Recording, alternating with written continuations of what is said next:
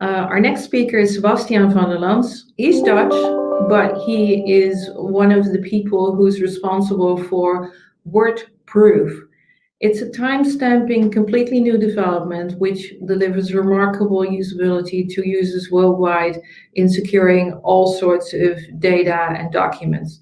So I want to leave the floor to him. He is Dutch, so he's sort of around the corner. Sebastiaan, most welcome to the show. I'll leave the floor to you, and we're really looking forward for you to explain what WordProof, and he's not going to say that himself, but this month they've won a very important prize from the European Union in Brussels and have been recognized for their outstanding performance out there. And I want to just name one remarkable thing. All the contestants got 2 minutes, and they all did pitches, and they were the only one onboarding and performing within the 2 minutes completely live. Well, that takes courage, guys. So welcome, Sebastiaan. The floor is yours. Annemieke, thank you so much. Is the sound okay? Yes, it's fine. Like perfect. Thank you. Yeah. Thanks for having me. It's such a pleasure to be on the show, and thanks for the amazing introduction.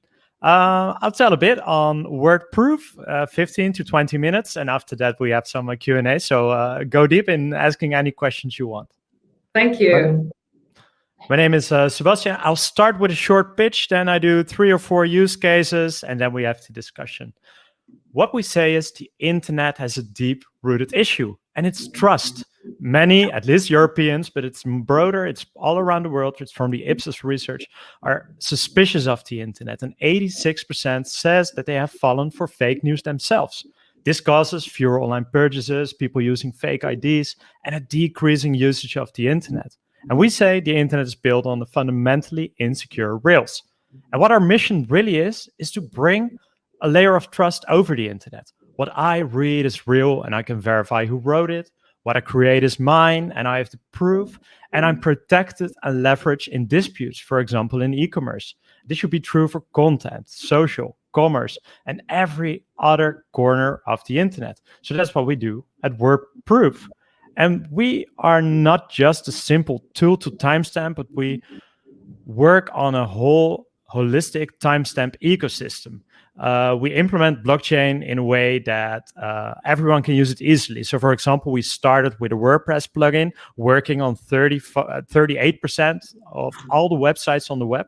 And we have an API for all other kind of platforms, the Shopify, but also the enterprise platforms. Then there's a big thing for identity. That's what you see on top in the ecosystem.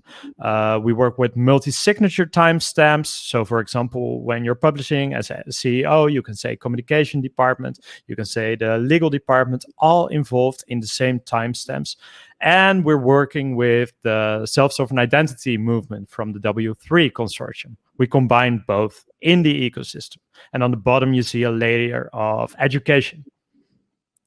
And what we really aim to do, and that was one of the things in Europe as well, everyone said, oh, we made our own standard for adoption. But what we do at WordProof is we try to build a unique, global, inclusive timestamp ecosystem, but we especially focus on integrating with existing standards. So for example, we are working on ISO standard. We are working with schema.org. Schema.org is the way how search engines and social media interpret data. I'll talk on that a bit later with the examples. And Dublin Core, that's a standard enforced by many governments on how data should be structured on websites.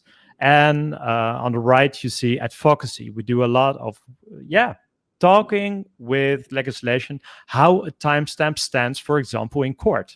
So the ecosystem is, there's a fundament with standardization, but not our standardization, but with integration with existing standards. In just a year, to give some numbers, we did over 200,000 timestamps. The timestamp certificates, I'll show them later, are showed on over 90 million page views, for example, from the biggest Dutch publishers. So that are quite impressive numbers. And what we think drivers for adoptions are, for example, 70 or 67% of those with knowledge of blockchain. They encourage that blockchain will be widely adopted. And for example, it's a number from Europe, and I don't know the Chinese numbers or the US numbers of that, but 85% of at least Europeans support education, for example, on fake news. So that's one of the things, if you see the blockchain certificate, the timestamp certificate that we are spreading on over the 90 million page views, education is really a big part of it. The business model, simple as it is, we have open source. That's with your blockchain wallet. You can do it yourself. And there's a software as a service to timestamp on your behalf. So for journalists or enterprise or any form of organizations, that's a way to timestamp automatically on every publishing, on every update, or when an e-commerce order is made. And there are partnership programs, so hosting companies, for example, all kinds of partners sign up. Transparency and accountability lead to a more trustworthy internet. That's our firm belief. And the timestamp ecosystem, it tackles a lot of the issues that we face today in the world. So what we can do as big and small organizations, in a way, we can fight resistance of tech giants. We can decrease the impact of fake news. We can bring blockchain into the daily life of inhabitants of the planet Earth, billions of them. And it offers a playing field in case of disputes in e-commerce or wherever. It makes things easier to prove. And with WordProof and the multi-signature and the identity solutions that are developed all around the ecosystem, we can work towards a fixed internet, because what we always say is, let's fix the broken web together. That was kind of a 5-minute introduction in WordProof. I'll talk a bit on the technology, and then we go briefly through 4 use cases. What you see here on the bottom, and we'll check it later, is the timestamp certificate. So for example, on a product page or a publisher page, you can see, hey, the content hasn't been changed since the last timestamp, and you can wander through all the revisions of the content.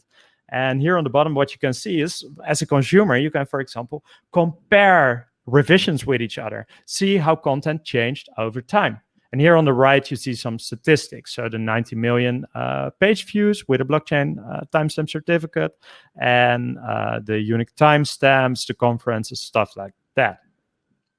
And here, one of the things that started the idea of WordProof is, in 5 years from now, if you don't timestamp your articles on the blockchain, you're going to be considered a fraud. What are you hiding? So that's the idea. That's where we see this going in the coming 5 years. Every content should have been, there should have been taken accountability for any content on the web. What is a timestamp? Interestingly, blockchain got a lot of attention with Bitcoin. Bitcoin, the white paper was published in 2008, but in the Bitcoin white paper, there's a reference, and the reference is to 1991, and by Stuart Haber and Mrs. Scott Stranetta. They invented the blockchain, and the blockchain was invented in 1991 for one single thing, and it was proving the integrity of documents, of content. And what we do at WordProof is nothing more than the initial use case of blockchain, timestamping, and then we bring it to public-facing content. Example number 1 is a publisher. And the idea is simple. In the last years, there's a trend that every publisher, or many publishers, they say, hey, last changed 2 hours ago. And we, as consumers, we tend to say, wow, that's transparent. You are even telling us when it changed. But it could also make you suspicious. What was there 2 hours ago that I'm not allowed to see anymore? So when we do media things for mainstream media, always the thing I always ask the listener is, if you're curious, what was there 2 hours ago, just send an email to the journalist and ask them if you can see what the revisions were. Journalists, not all journalists like me anymore, but it happens a lot in the Netherlands. And what we say is, every content that impacts life, so for example, health content, political content, but in fact, every business content, the terms and conditions, if it impacts lives, consumers deserve it, that they can see how the content changed over time. if there has been tampered with the data, and who is the sender of the data. One of the things you as well, Annemieke, put a lot of time in with the blockchain identity. So a timestamp without identity has a lot of value, but once you tie identity to it, it's really a way that a consumer, a reader, a buyer can check where does that information come from. In e-commerce, for example, the products develop over time, and marketers try to make it as beautiful as possible. If you have the multi-signature timestamp, ask the manufacturer to co-sign the information of the product, for example. If you do stuff like that, you can make a totally verifiable chain for readers, for buyers, for everyone involved. This is what it looks like. So you see an article. On the bottom, you click on a link. There you see the timestamp certificate. And you can click on a revision, select different revisions, and there you see, really in Git style, green is new, what is red is deleted, so you can really see over time. We call it the time machine, the content time machine. And some publishers, they give this transparency already, but what we think, or we're sure, and we're contributing a lot. That's one of the things we use the prize money for, the million, for education, educating audiences and businesses around the world that they should be demanding. If content changes your life, impacts your life, you should demand transparency. E-commerce, I touchly briefed it. So for example, if you buy a product, you can say, hey, it has product terms, it has terms and conditions, the product information itself. Maybe you can if you timestamp all that information, you buy it, something breaks, but it's in the warranty time, and you go back to the merchant. What you can see is, but what happens a lot is over time, the product terms changed or the terms and conditions changed. And what happened there is, as a consumer, you're totally reliant on the willingness of the merchant if they're willing to help you, because there's no way to prove what really the terms were. With timestamping, it strengthens the position of the buyer, but also of the seller, because they can prove that in a lot of disputes, 3 to 5% of all disputes or of all transactions in e-commerce result in some form of disputes, and many of them have trust problems in proving what was the deal at the moment of buying, in the moment of selling. So timestamping solves a lot in e-commerce, especially with the multi-sign when a manufacturer can co-sign. Copyright, small example. This is creative studio in Amsterdam. And I give a small example because it's powerful for small, but it applies to big as well. In copyright, this is a small web shop from Amsterdam. They create wonderful lamps and wonderful content to sell the lamps. It's all handcrafted. They're working with 8 people, but it's a small company. They make beautiful products, sell them all over the world. But what happens a lot, people copy their content and publish it on their own website to sell, and they copy the products as well.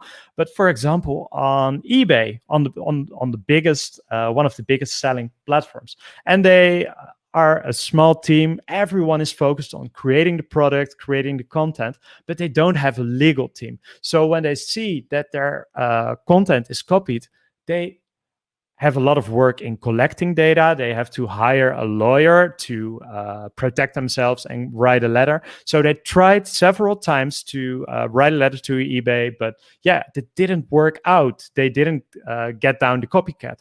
But with the timestamps, they started timestamping. And what happened was they saw there was another infringement. They went to the My WordProof environment. They said, hey, this is where the copy is. Create a letter. It's all automated because it's so easy. It's all automatically collected, the data with timestamping. And in a matter of less than 2 or 3 minutes, they created a letter.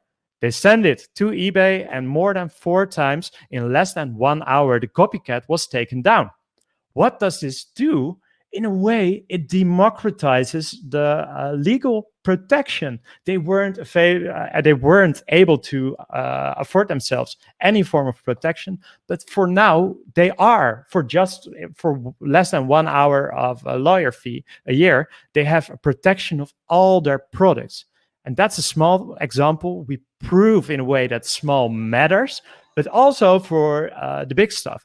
For example, we talked with the biggest television show producer. They do a format, and it's called The Voice of Holland, The Voice all around the world.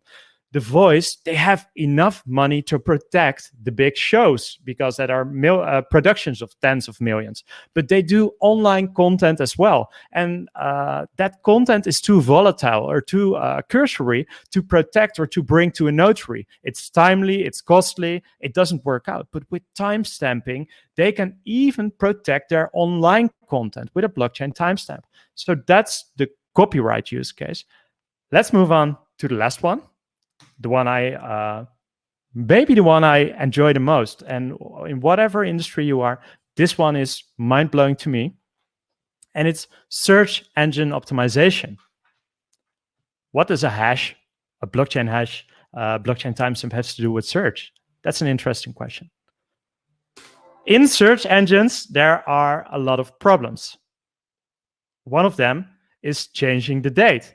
If you write an article, and everyone who regularly publishes on the internet knows this, if you just change the date of an article, you rank higher in the search engine for at least a few days. And a few days later, your position goes down, but it helps to just change the date. Does Google want that? Of course not, because it's not a level playing field. If you don't do it and your competitor does it, you have a disadvantage. So one of the problems that search engines have is that they're not able to check this. That's changing the date. But another one is duplicated content. If you have a search engine and you have content published and the same content gets republished a few days after, then maybe the search engine ranks the content that's published later because that's a better indexed site and will penalize the small website that was originally the one who published it. With a timestamp, you can prove that you didn't tamper with the date. And what we do at WordProof is we make sure that not only humans can read the timestamp certificate, but also search engines. How do we do that? Interesting question. There's a language, and the language is called schema.org. Via schema, you can explain to a search engine and to social media that you did what content is. So Sebastiaan is not just a word, but it's my first name. WordProof is not just a word, but it's the name of the company where Sebastiaan works. With schema.org, you can exactly tell to a search engine what a word means. And what we're working on is explaining in schema.org the timestamp, where they can find it, how the identity is tied to it, and in the duplicated content, who was first, and if there's duplicate content, if it's allowed to be copied or not. And are we doing this alone? Of course, we aren't doing this alone. Timestamping is a movement, and we work together with the people at Yoast. Yoast, everyone who works with WordPress recognizes that name. Yoast and the team, it's Joost Valk and Jona Alderson, they designed the implementation of schema.org for 11 million websites on the web. That's around 5 or 6% of all the websites, and so it's massive. Together with them, we are designing how timestamps should be interpreted by search engines and social media. So with them on board in the community, we have the best possible way to define, but also to make sure that adoption will be next. So that would be my call to all of you. The lobby is at full force, both at the governments, European Commission, for example, as at search engines. Once search engines recognize the open way of showing your integrity, thus with blockchain timestamps, it makes sense that you were among the first who did it. You can see it as buying a really great domain name in the early days of the internet. if they recognize the timestamps by the moment they do, and they won't promise that they do, of course, because they never say what ranking factors are.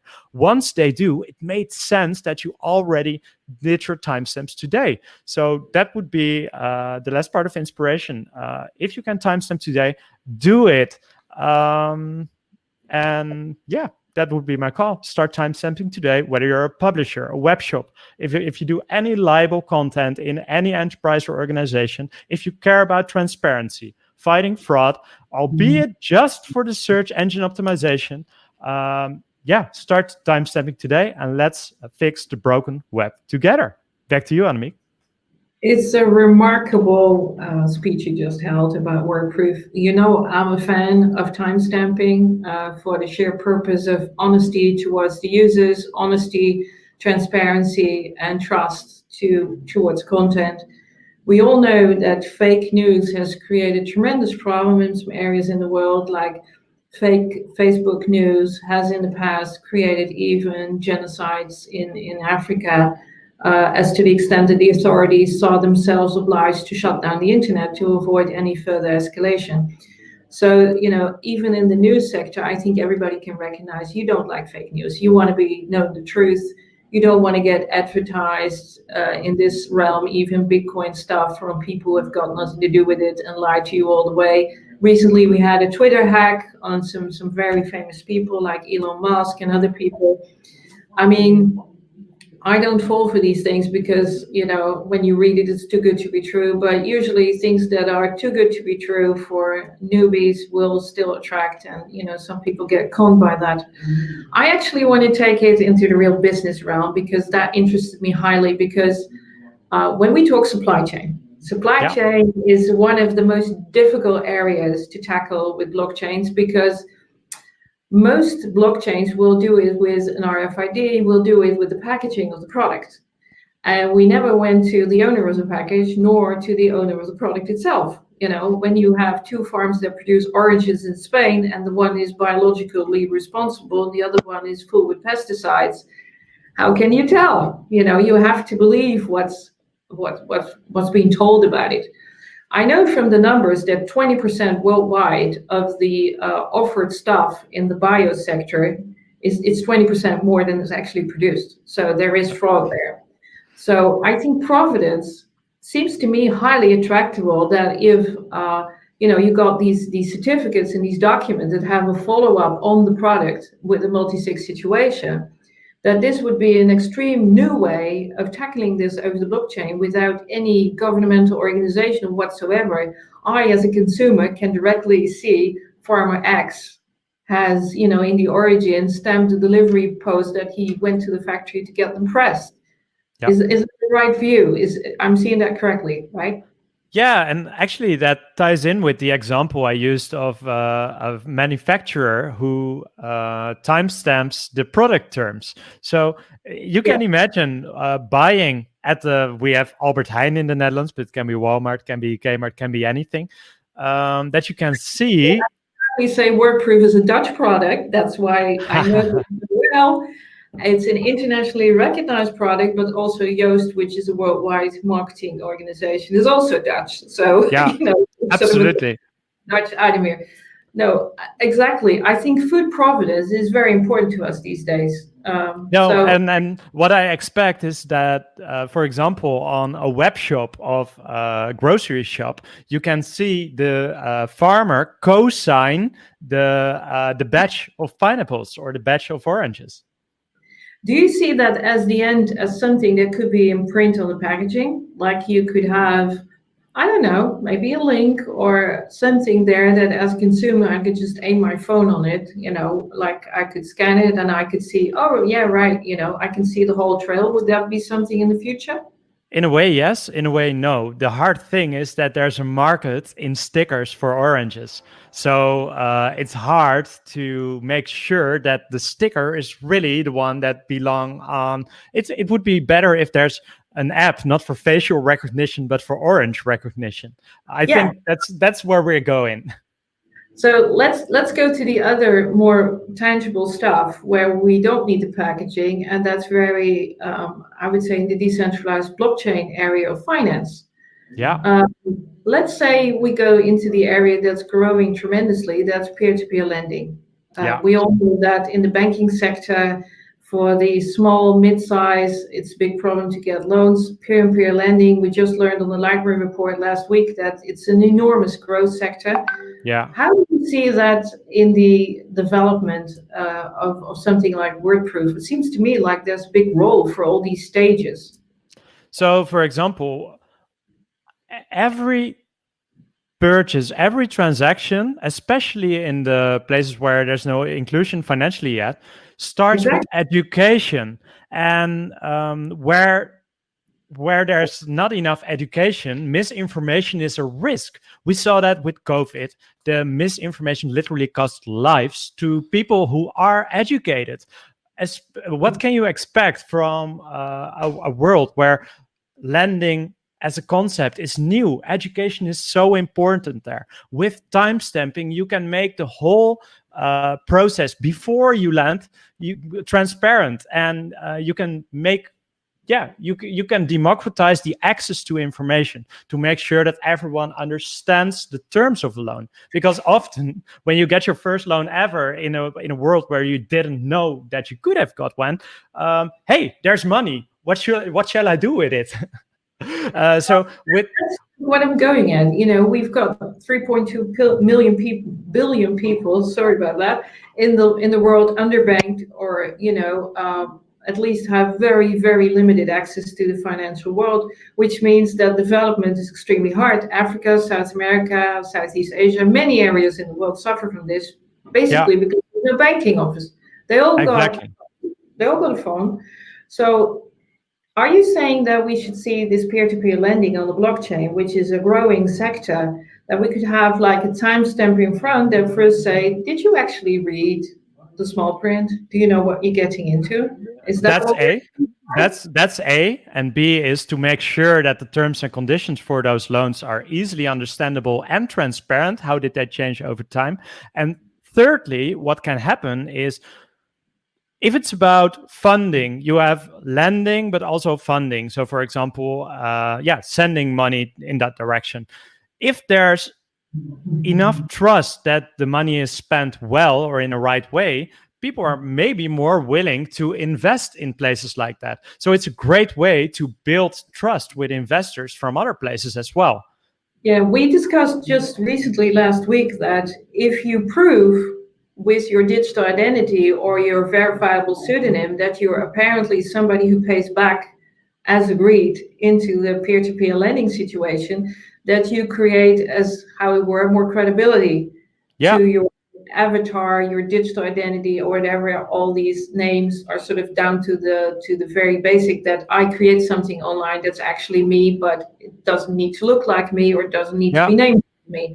So if we use like something like WordProof to timestamp that, then actually the timestamp could be meaning like I met with my agreements, I did exactly what I was supposed to be doing. So do you see in that sense that WordProof could add to, I would say, the security of the next one who will want to do business with this digital identity?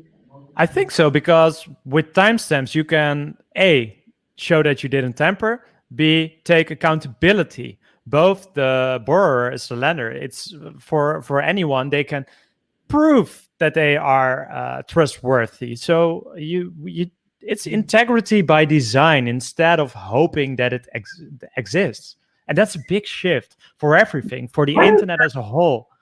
One of our other guests, Alex Leitman, is going to talk about things around the workplace. I think you and I and Alex should have an interview in the coming months to talk about how timestamping could add to the security of your curriculum vitae that you present to somebody in the workplace. Because if you've been detached to all sorts of companies, some of these lists, contain like 20, 30 projects. How will you know that's really true? You can go online. Everybody knows that LinkedIn contains, fraud identities and created stuff over there. So timestamping, I think, could be a great way to make secure that when you left that employment, actually your resume or the fact that you were there was stamped off by the person who hired you, the company that hired you, and create a tremendous asset in your own presentation. Like, you don't need to even check. Everybody in that resume has timestamped me off that I really was there, Yeah. and what I'm telling here is the truth. Because And often when you look back and you look into all these resumes, and right now it's a little bit more difficult, but 10, 20 years ago, there was a disaster. Research showed that 40% of these resumes were downright lies, and I was in that business for a while. So that's really true. You spend an enormous amount of time checking, were you really there? Is this the work that you did? So I see even in the workplace, because we're all starting to work from home, we're starting to work remote, the personal identification with me as a person being in the workplace is going down. Actually, when I'm not visible but just online, that becomes, in my view, a wonderful growth opportunity for timestamping. And to prove your point here, there's open source software. So, for example, I'm in open source for 15 years. I worked with, I founded one of the first WordPress agencies in the Netherlands. 25 people are working there. And what you see is that we work with WordPress for years. And what problem? Every agency in the Netherlands had the problem that they couldn't find the right people to work for them, because there are not enough technicians at least in Europe. So what did we do? We made, and then the GDPR came, and nobody wanted to pay for GDPR solutions. It's kind of there. It's not progress, but I have to pay for it. So what did we decide as an agency? We made a budget of 50, 60,000 euros, and we say, okay, we make the best GDPR plugin in the world, and we make it for free. So that's what we did. We made a GDPR plugin. It was a few months before it was mandatory. We launched it. 2 weeks later, we had 1,000 downloads. A few weeks later, 10,000 downloads. A few weeks later, 100,000. Today, it has 100,000 active users, 1.3 million downloads, and protecting tens of millions of inhabitants of this planet. So, and what did it result into? People working on open source software, they have their public resume. In a way, they had a timestamped resume. So for developers working in open source, it's easy for them to find a job because they have their resume timestamped.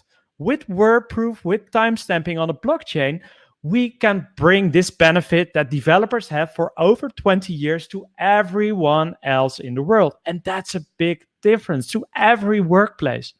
Yes, I think to prove your point. Heaven on earth for many HR managers if this could become a widespread reality.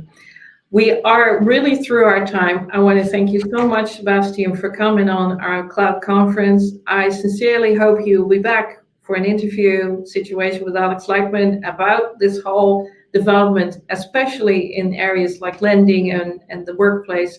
I think it's the growth factor of the future, that this is the missing piece in giving, the users of, I would say, digital products, basically, security for the future. That's timestamping.